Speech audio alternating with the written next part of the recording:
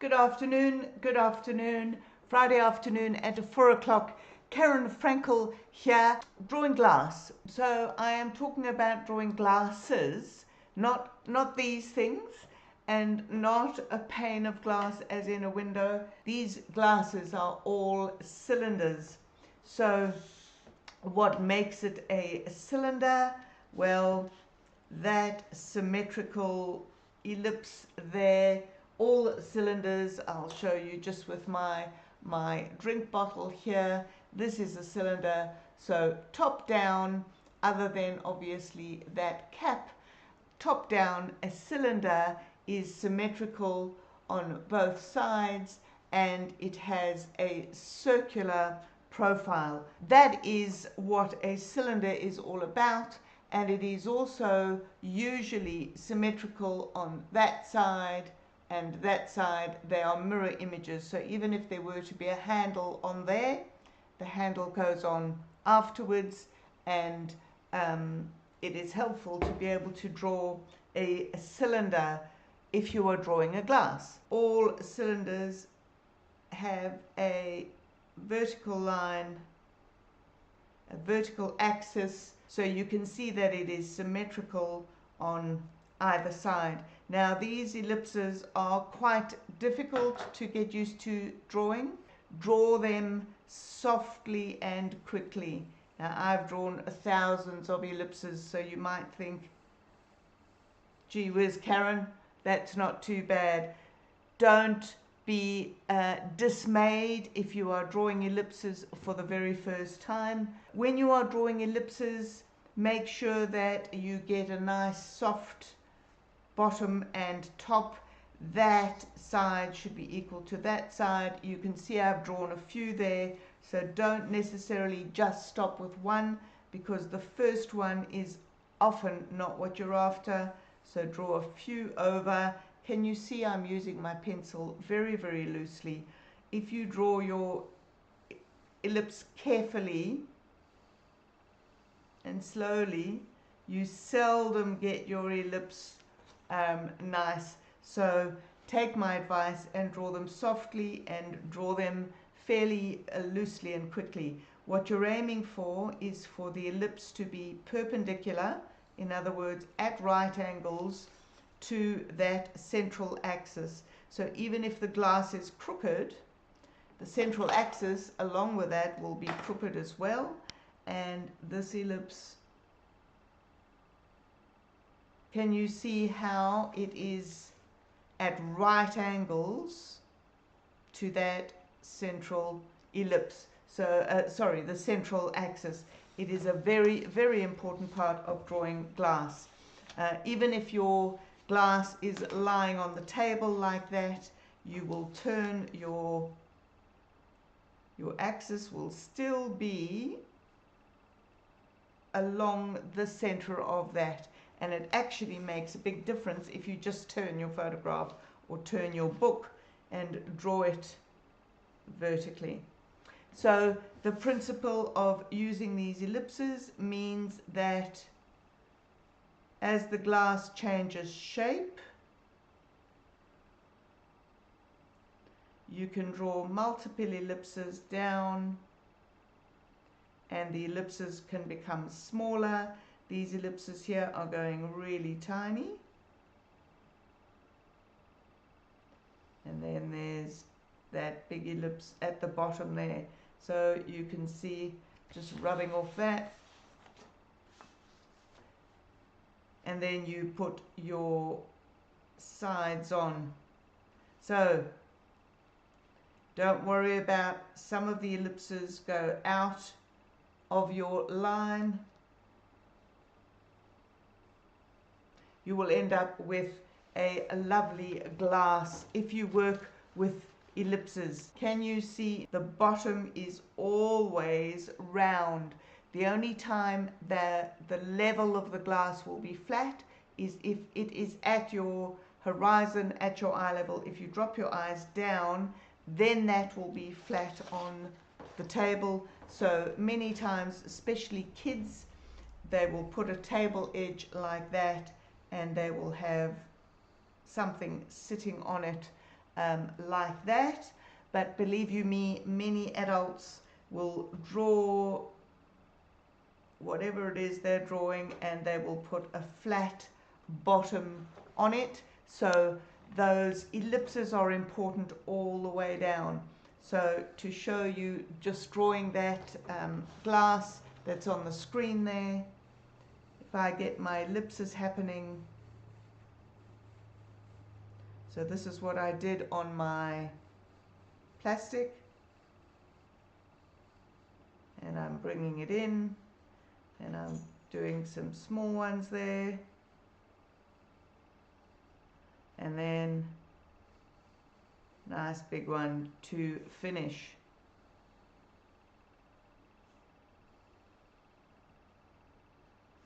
Okay, so I think the photograph that you can see that I've got, that I've just been copying, probably not, or not probably, definitely not as big as the bottom of this glass, but that's okay.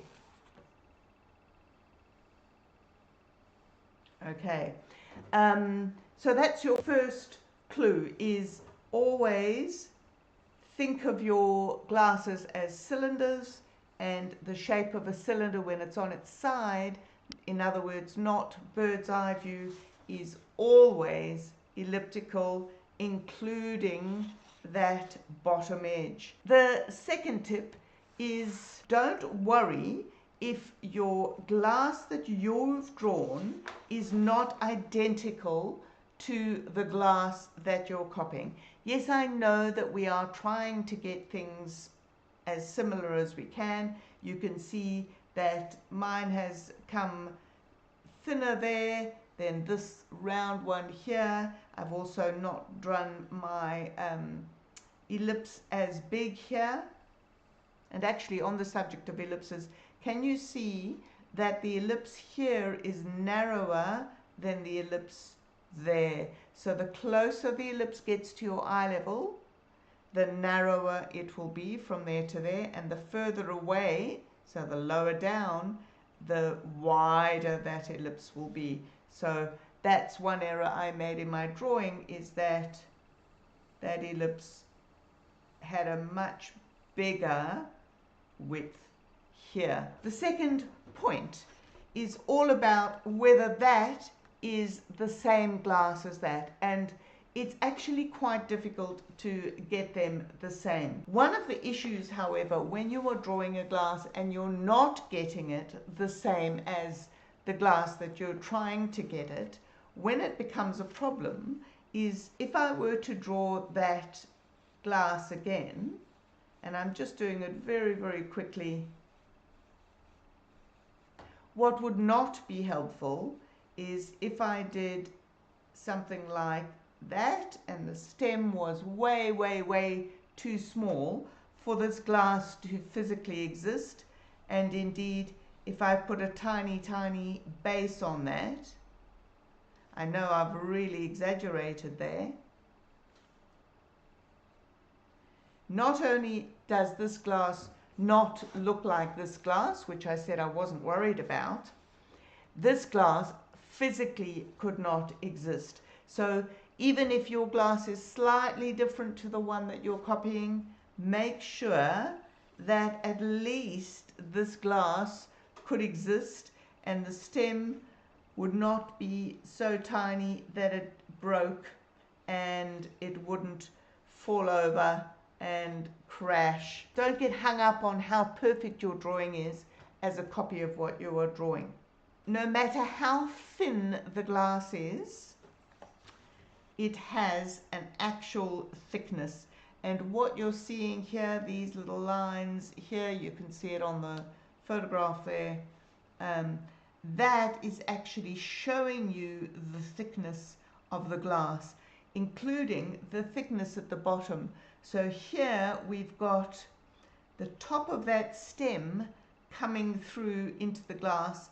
That means that whole bottom section there is glass. Make sure that you're leaving enough room for there to be a thickness to that glass. Now, many glasses, depending on which ones, of course, you are drawing, but many glasses have got a very big thickness so that the weight of the glass is weighted on the table. Included in this weight of the glass, the thickness of the glass, it's the thickness that we see on the side. So here, when we're looking at the one with the scissors, swap over there. The reason we can't see that scissors going all the way through is because there's a wall of thickness to this glass. So we've got the edge of the glass there. So when we're talking about shading in, the tone will stop on that edge and it will continue on the inside. There are other things that are affecting how we see that scissors in the back, but the one I want you to notice for this point is this thickness. So always be aware of it. You can see there's very, very slight edges there. There's nothing behind here to give us any information. There's just a little bit of shadow that's giving us some information about the thickness of these walls, right? And here we actually can see how thick the wall is because of how thick the top is. Now, getting back to our ellipses, to get that happening, you will actually need 2 ellipses. So you will need one for the inside of that jar and one for the outside. Now, obviously, it's not going to be quite that big, but it will be at least something of that nature there. And then the second one, can you see as it's going further back, it's getting very, very thin. As it's coming closer, it's also getting very, very thin. That's the action of foreshortening. But at the side, we can see that thickness. So it's all about observation of that thickness there.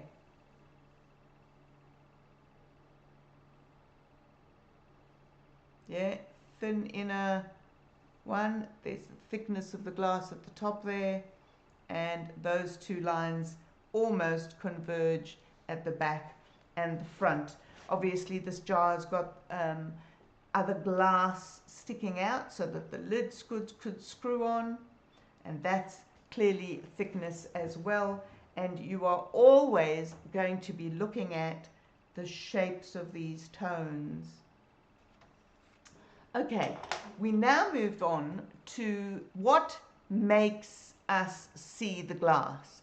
Whatever is behind it will change how you see the glass. The tones that are happening in this liquid here, that's all because of what is behind it. These little lines here in the jar, let's just change to a red.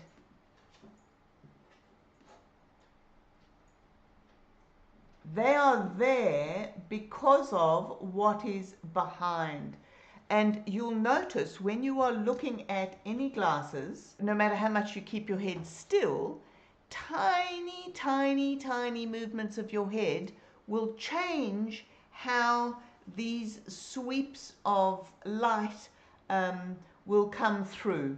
And it is those shapes that we have to draw to get our jars and glasses looking like jars and glasses. When you're looking at your glasses, you're looking at on a table and there's things in the background.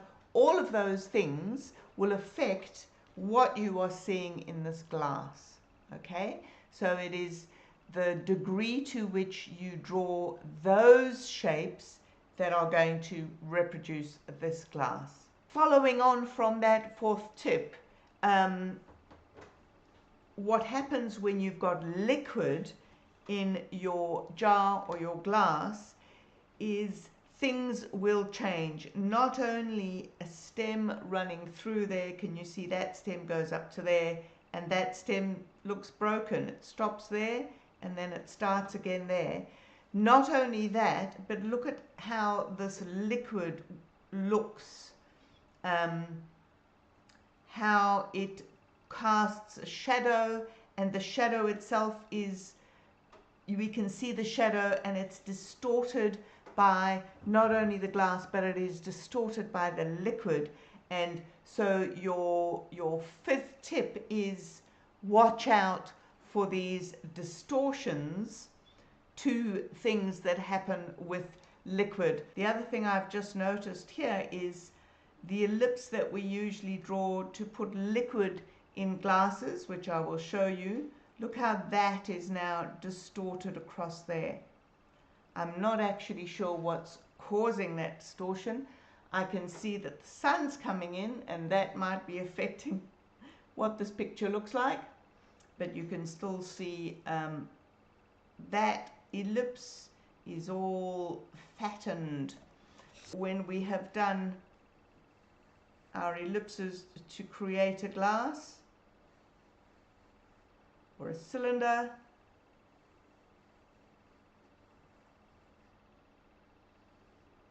we put the side on, I can see that there is a solid bottom on there, so I'm going to use my two ellipses here to help create that bottom. So that's what happens, why we've got ellipses all the way down. They help us to create these other levels. Now this level of the liquid is also going to be used as in one of these ellipses there, and you can see that this ellipse is going up, but there is the wall of the glass coming in. So I am adjusting that ellipse there so that I can show the wall coming in with my little kneadable eraser. And that is actually from some distortion. So the ellipse is going all the way around on the outer wall. You can see that this liquid line is going all the way to the outer edge, but there is distorted ellipse on the inner edge. So these distortions are what drawing glass is all about. It is the careful observation of that that is going to create our glass. I've still got an ellipse there to create that initial idea of the ellipse, but I can now distort it a little bit once I've got the ellipse. But to draw it without that ellipse is quite difficult. This glass has got a thin lip. Now I've got so many ellipses here, and I do indeed need a sharp pencil. So I'm just going to, no, where's my sharpener gone? There it is. Just going to sharpen.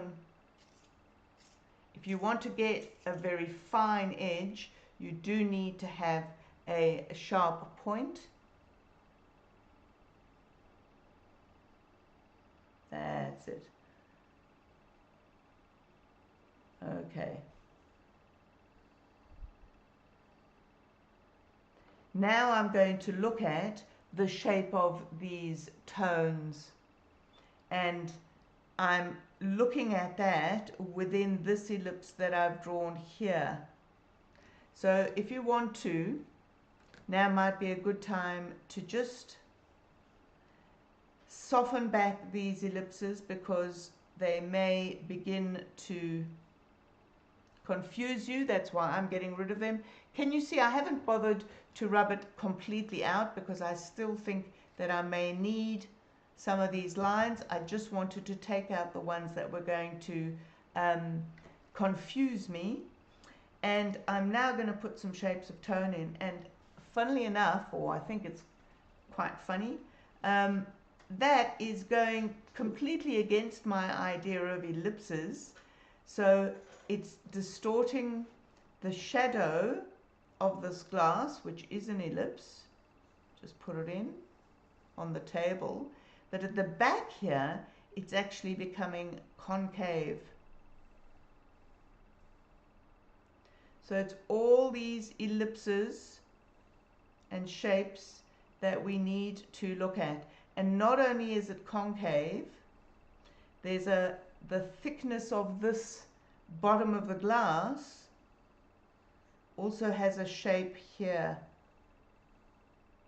Now, all of these lines are not helpful to me, so I'm actually going to put in those shapes of tone, and I often advocate to put those shapes of tone in, especially if they are as dark as what we can see here, because they are going to help form the object. Now, isn't it interesting that your head, my head is telling me, how can I possibly have such dark shapes when this is a see-through glass? But clearly the depth, the weight of this glass here is looking at the shadow at the bottom there. There's lots of tiny lights here. I'm not really worried just yet about these shafts of light coming off. But I do want to put this shadow in because that's going to help me. I'm not going to put the shadow of the grevillea on. That was just to show you about these stalks, which I will put on in a second. So, can you see there's a very, very tiny light underneath this against the shadow? It depends on you when you want to put that in. I kind of would put it in towards the end when I'm putting in all these delicate areas. So it's the major shapes of tone that I'm putting in at the moment. Now, this is a circle of an ellipse that I had before, and it's going to help me to put this ellipse in here.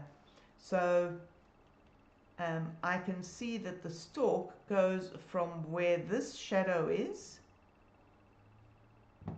where the refraction of that shadow is, and the stalk looks actually it's even more at an angle, looks something like that. And the top stalk, there's a light area here, and the top stalk is actually buried in a tone that is on here. And I even think that this goes a little bit higher. So I'm not afraid to adjust what is going on. I am being very cognizant of these negative shapes. So the negative shape between this shape and the side wall of the glass. Remember me saying we need to note that there's a side wall there, because that gives three-dimensional weight to the glass. So this shadow, this shape of tone does something like that. Now I know there's lots of tiny, tiny different areas there, but I am actually only going to be concerned with the main shape at the moment. And on this side, so my head is screaming at me, if I don't pay attention, what's going to happen? Surely it's not going to look like a glass. But I'm trusting my process, because somehow it always seems to work. How's that glass looking from your point of view? Is it coming good? Now, I've just blindly gone and colored in that shape right up to the edge of that central bit there, and I've just noticed that there's actually a little gap, and it's those little things that become really important to getting these things right. So the shape of what you're looking at, I'm going to change now. So it actually stops there and then goes down there. I had forgotten to see this little corner going in there, and there's another one there. So remember, I changed the shape there. I adjusted it higher. So I'm just going to soften back that line. Although this whole section here is in tone, so I can now put another tone on.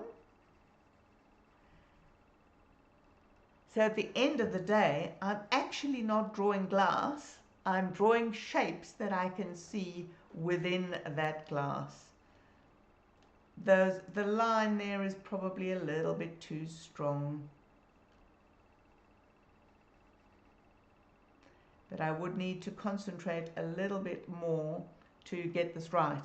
But what I do want to put in is this stem over here, which goes all the way to the middle, somewhere about there, and then it comes out of the glass there.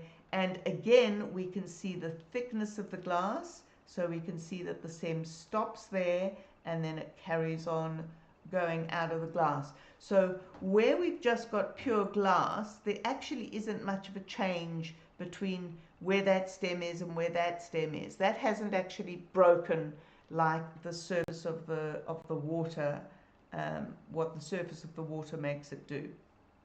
But we have to leave a gap there for the top of the glass, and then that of course can go, and we can draw the flower. And it's these sorts of things that say this piece goes over the front of the glass, but this is inside the glass. I'm starting to refine a few things now, checking some of these shapes, looking at how dark these things are. I'm a bit concerned that I'm getting lots of lines here. I don't really want those lines. There is definitely on this photograph a lovely ring of light there. There's all sorts of light patterns happening there, but I am going to start refining where things are. So I'm widening that ellipse there so that it matches the glass there. I'm going to use my faithful kneadable eraser. I think the glass in the photograph is a lot softer than the one I've got there. Look at that lovely shadow that comes down the side, and then it kind of disappears here. So you can play a lot with that sort of thing. So missing edges of glass like there are quite lovely to see, because the person that is looking at that glass, they will fill in those differences. I am noticing that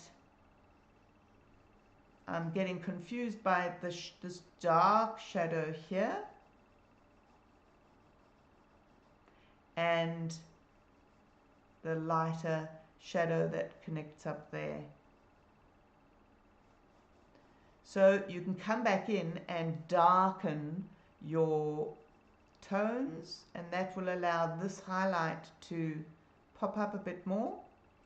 And I'm going to darken some of these a bit more.